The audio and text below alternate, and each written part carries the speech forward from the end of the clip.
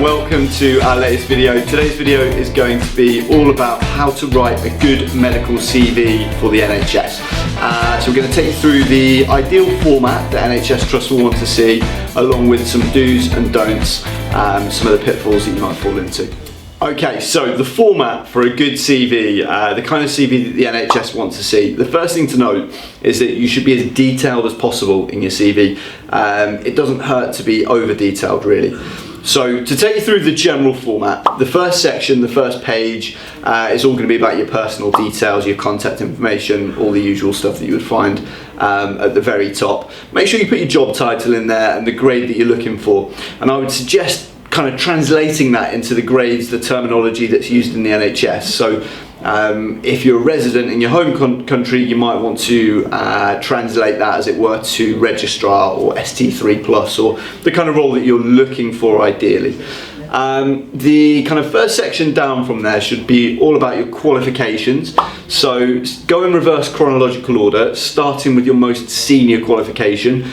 If you've got your specialist registration or you've got Royal College membership, make sure that they're really prevalent, because that's the kind of key thing that a lot of trusts will want to see in your CV. Of course, PLAB might be the most senior role that you've got in there, the most senior qualification, sorry, that you've got in there, so make sure you detail that one right at the top. Working your way right back down to your primary medical qualification, usually your MBBS. Next down from there, you're going to start out with your current employment, so your current job, and then work back in reverse chronological order. Again, the first and foremost thing that they're going to want to know about is the job you're doing right now. So I would advise being as detailed as possible when it comes to that part of your CV. So put in some information about the hospital, how big it is, how big the ward and the department that you work in are, because of course in the UK we don't necessarily know how big international hospitals are. Talk about your duties, your responsibilities, any procedures that you do. Be as detailed and thorough as possible. The NHS will want to see how similar the role that you're doing now is compared with the role that they're looking for. And obviously that will help them identify any potential gaps if there are areas that you need assistance with. From that point onwards, work backwards. So work through all of your roles, right down to your first internship post coming out of university. Make sure that you've got everything detailed there. You perhaps don't need quite as much detail, but it certainly wouldn't hurt if there were things that you'd learned in those roles to include extra details on. So that's kind of the bulk of the CV, but beyond that you're still going to want to put a pretty hefty section for any audit work that you've done, any presentations that you've done, any conferences you've attended, any research work that you've done, any management experience that you've done. Have a section for each of those. And the good thing is, once you've written this once, you can just add to it every single time you add something to your repertoire. Any extracurriculars go right at the bottom, so if you've got personal interests, hobbies, it's worth putting them on there. People do want to know that you're a human being as well. And then of course references. Most NHS trusts will expect that you put the details, the contact details of your referees at the bottom as well, but you could put references available upon request. Yeah, and that's the format in general. Okay, first of all, we're going to talk about some of the things you definitely should do when it comes to writing a good medical CV. First and foremost, and I don't think I can emphasise this one enough, is to be detailed.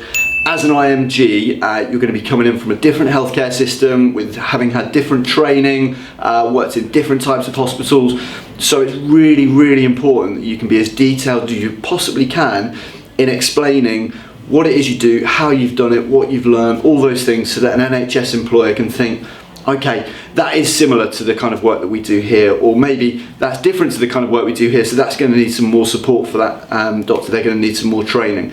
Many of the things that you might kind of take for granted in your home country that would transfer from hospital to hospital and would transfer between NHS Trust and NHS Trust, remember that that might not carry across borders and into a different country, so well worth being as detailed as possible.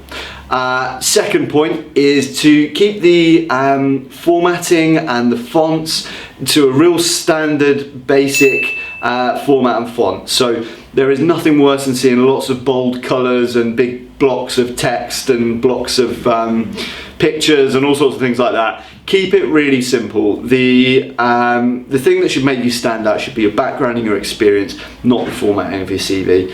It makes it much easier for an NHS trust to view it if it's in a standardised format.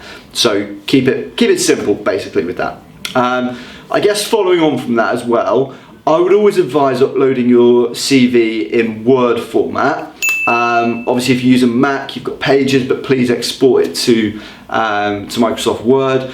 Same with PDF. If there's any editing needs doing before it's printed or anything like that, it's much easier if it's in a Microsoft Word format.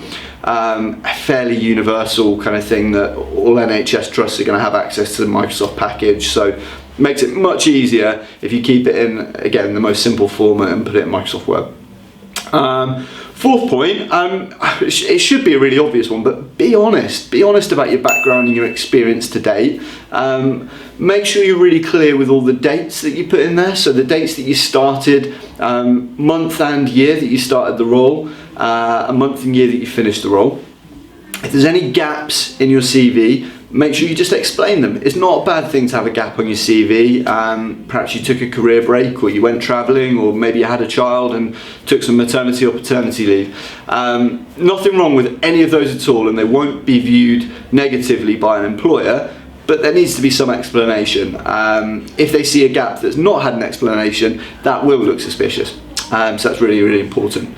And another thing that I think sets doctors apart from one another is to put a brief career statement at the very top of the CV. Try to avoid using lots of superlatives and ways of talking yourself up, but just keep it clear about your future career plans in the NHS, why you're looking to relocate, and the speciality that you're looking to get into. I think that's really important. If you're looking to get into medicine and you've got a career statement that says I'm interested in A&E, surgery and medicine, then the medicine doctor won't look at that favourably. They'll think, well, this person doesn't really know. They want to see that you're interested in the role that they're advertising. So that's really, really important. We'll come on to the don'ts in a moment. Okay, so some of the pitfalls, some of the things to avoid when it comes to writing a good medical CV. First and foremost, don't miss anything out. You might think that being over detailed would be too much, but actually I think it's really important that you put as much detail about your role, your duties, your responsibilities, all those things. So don't feel that there's anything that's unnecessary there when it comes to your professional career.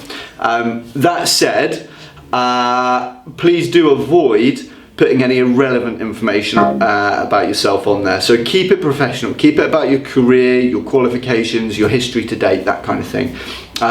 Don't spout off for hours about how you were captain of the rugby team or the cricket team, and don't put a personal statement that's 2 pages long, because no one will read it. They want to get to the core of the important information, which is mainly about your qualifications and your roles, your background, your experience, that kind of thing. Avoid, we kind of touched on this, the things that you should do, but avoid bad formatting when it comes to a CV. Don't use enormous fonts or really small fonts. Don't attach pictures, and the reason I say that is because it makes the file sizes so much larger, and often with the NHS they've got limitations on the amount of things they can receive by email. So avoid colours, pictures, all that kind of thing that will add to that. Should be a really obvious one, but make sure you thoroughly check it for spelling and grammatical errors. There is nothing worse than seeing a CV that's got spelling mistakes all over it, and I think it will instantly put off a lead consultant that's reviewing your CV. Finally, and this should be a really obvious one, I'm sure none of you would, but don't lie on your CV, don't embellish the truth, and keep it all factual. It needs to be a true representation of yourself. Okay, thank you so much for listening, as always. We do have a model CV at BDI Resourcing, so if you need a copy of that, email in to apply@bdiresourcing.com and we'll be happy to send it back to you. And if you need any assistance with any other parts of the relocation process or finding a job in the NHS, please do get in touch via social media or via apply@bdiresourcing.com. We'll see you next time. Thank you.